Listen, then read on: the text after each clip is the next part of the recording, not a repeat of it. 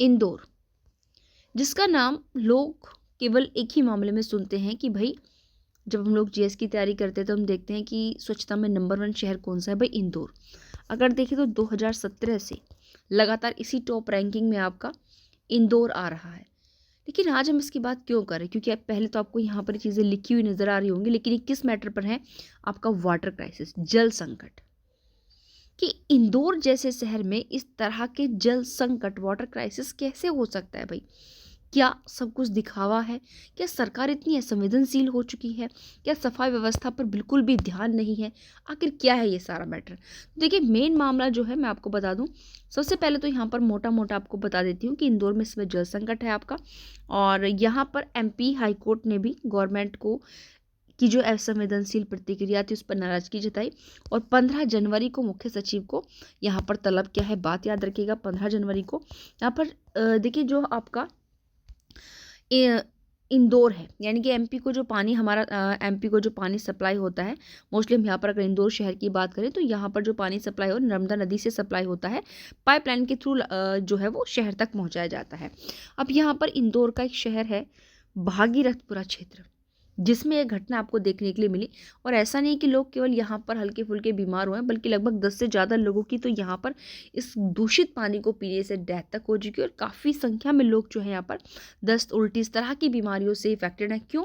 क्योंकि पानी में इतने खतरनाक बैक्टीरियाज मिले हैं। और ऐसे क्यों हैं? क्योंकि यहाँ इस क्षेत्र को देखिए, वैसे तो अगर देखा जाए तो इंदौर को जो पाइपलाइंस के थ्रू पानी सप्लाई होता है, तो अलग अलग जो टाइमिंग है उनकी कि कोई कितनी पुरानी है, कोई कितनी पुरानी है।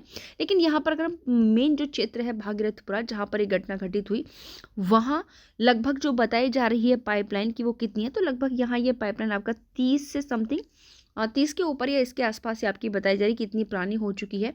लगभग काफ़ी समय उसको हो चुका है, बट फिर भी हम इतना नहीं कह सकते कि इस तरीके से वो डैमेज हो जाएगी अगर एक टाइमलाइन हम इसके अकॉर्डिंग देखें। लेकिन यहाँ पर मेन घटना क्या हुई भाई, कुछ भी सही, लेकिन यहाँ पर डैमेज हुई है पाइपलाइन। लेकिन अगर आप देखो तो कितने सालों से 50-50 60-60 साल तक रह जाती हैं पाइपलाइंस। ऐसे नहीं कि उतनी जल्दी डैमेज हो जाती हैं। सबसे पहली बात तो यहाँ पर अगर देखी जाए तो बिल्कुल 30 साल का मतलब, क्योंकि मेनली यहाँ पर 30 साल के आसपास बताई जा रही है इस पाइपलाइन का जो समय है। सबसे बड़ी बात, 30 साल के अंदर किसी भी पाइपलाइन का डैमेज होना तो कहीं ना कहीं सरकार की लापरवाही का ही नतीजा है। दूसरा, जो पीने की पाइपलाइन थी उसके पास ही जो है आपका गंदे पानी का सीवेज था, नाला था, जिसकी वजह से अब ये पाइपलाइन कहीं कहीं से फट चुकी थी। और उस फटी हुई जगह से वो गंदे नाले का जो गंदा पानी था वो उस पीने के पानी में आपका मिल गया, जिसकी वजह से जो आपके खतरनाक बैक्टीरियाज हैं वो आपके जो है पीने वाले पानी में मिल गए। क्योंकि यहाँ पर जो बताया जा रहा है, जो मेन बात है कि जो ये इंदौर के भागीरथपुर इलाके में जो यह ड्रिंकिंग वाटर की पाइपलाइन थी, इसके पास ही एक पब्लिक टॉयलेट या सीवर हम कह सकते हैं उसकी लाइन थी। और यहाँ पर जो ये पाइपलाइन थी इसके जुड़ों में जो थी ऐसे हल्की हल्की दरारें थी, लीकेज था, जिससे वो जो गंदा पानी था सीवेज का वो ड्रिंकिंग पाइपलाइन में चला गया, जिसकी वजह से खतरनाक बैक्टीरिया जो हैं पीने के पानी में मिल चुके थे। आपके ई कोइल और आपके कैलेप्सीलिया, इस तरह के जो है खतरनाक बैक्टीरियाज पानी में मिले। ठीक है, और भी काफ़ी यहाँ पर जब लैब में इसको ले जाया गया तो काफ़ी खतरनाक बैक्टीरियाज इसमें पानी में पाए गए, तो जिसके चलते जैसे मैंने भी आप लोगों से कहा कि 10 से ज़्यादा लोगों की डेथ हो गई और काफ़ी संख्या में लोग यहाँ पर जो है बीमारियों से जूझ रहे हैं। जैसे कि आपका वोमिट है, डायरिया है, पेट दर्द है, बुखार है, डिहाइड्रेशन है, बहुत सी ऐसी चीज़ें यहाँ पर हो चुकी हैं। लेकिन मैटर यहाँ पर देखिए अभी आपका इतना ही है।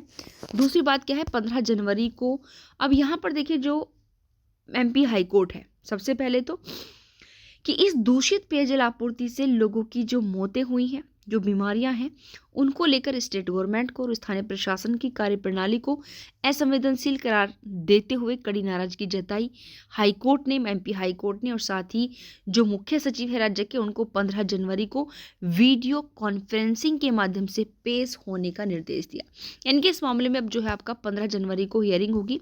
15 जनवरी को देखा जाएगा कि यहाँ पर जो है आखिर क्या जो है बताया जाता है, क्या मामला रखा जाता है एमपी हाई कोर्ट के द्वारा। दूसरी बात, जो इस मामले की सुनवाई करने वाली बेंच है वो है मुख्य न्यायाधीश हैं विजय कुमार शुक्ला और न्यायमूर्ति आलोक अवस्थी की खंडपीठ इस मामले को सुन रही है। और इस गंभीर मामले से जुड़ी 4 से 5 जनहित याचिकाएं, ऐसे नहीं कि केवल एक अकेली पिटीशन डली हुई है, बल्कि लगभग 4 से 5 पिटीशंस पर सुनवाई कर रही थी। हाई कोर्ट बार एसोसिएशन के अध्यक्ष और याचिकाकर्ताओं में से एक रितेश ईनानी ने कहा कि अदालत ने जो सरकार द्वारा जवाब दाखिल करने को असंतोषजनक और असंवेदनशील यहाँ पर कहा। सारी चीज़ें यहाँ पर आ रही हैं, उनसे जवाब दाखिल करने के लिए 15 जनवरी को आपने ऊपर देख ही लिया है कि उनको वीडियो कॉन्फ्रेंसिंग के जरिए वो उनसे बातें की जाएंगी। आगे यहाँ पे उन्होंने कहा कि सुनवाई के दौरान हाईकोर्ट ने कहा कि इस घटना से सिर्फ जनता का भरोसा ही नहीं डगमगाया, बल्कि स्वच्छता के लिए देश भर में मशहूर इंदौर की छवि को राष्ट्रीय स्तर पर धूमिल किया गया। बिल्कुल, ये बिल्कुल सही लाइन यहाँ पर एमपी हाईकोर्ट के द्वारा कही गई है कि ये इस तरह का जो क्राइसिस, जो घटना घटित हुई है इंदौर के अंदर, ये कि लोगों का ही भरोसा नहीं डगमगा रही, बल्कि देश की जो एक छवि है, जैसे मैंने कहा 2017 के बाद से लगातार स्वच्छता में नंबर 1 पर रहा है, उस छवि को केवल राष्ट्रीय स्तर पर ही धूमिल नहीं कर रहा, अगर मैं कहूँगी तो अंतर्राष्ट्रीय स्तर पर भी धूमिल कर रहा है ये। क्योंकि कोर्ट ने भी इस बात पर चिंता जताई कि एक ऐसे शहर में जिसे लगातार स्वच्छता सर्वेक्षण में शीर्ष दर्जा मिल रहा है, वहाँ इस तरीके की लापरवाही बहुत ही गंभीर मैटर है। और न्यायालय ने इंदौर नगर निगम, जिला प्रशासन द्वारा सौंपे गए स्टेटस रिपोर्ट पर सख्त रुख अपनाया और इस पूरे घटनाक्रम को बेहद गंभीर बताया। बिल्कुल, यह केवल राष्ट्रीय स्तर पर ही चिंता का विषय नहीं है, धज्जियां नहीं उड़ रही इस चीज़ की, बल्कि अंतर्राष्ट्रीय स्तर पर भी जो है बिल्कुल एक प्रतिभा को एक धूमिल करने वाली चीज़ है। और यहाँ पर अब देखिए 15 जनवरी को जो है तलब जो है यहाँ पर वीडियो कॉन्फ्रेंसिंग के जरिए बात की जाएंगी, आपका डेट रखी गई है। अब देखते हैं 15 जनवरी को इस केस में क्या होता है।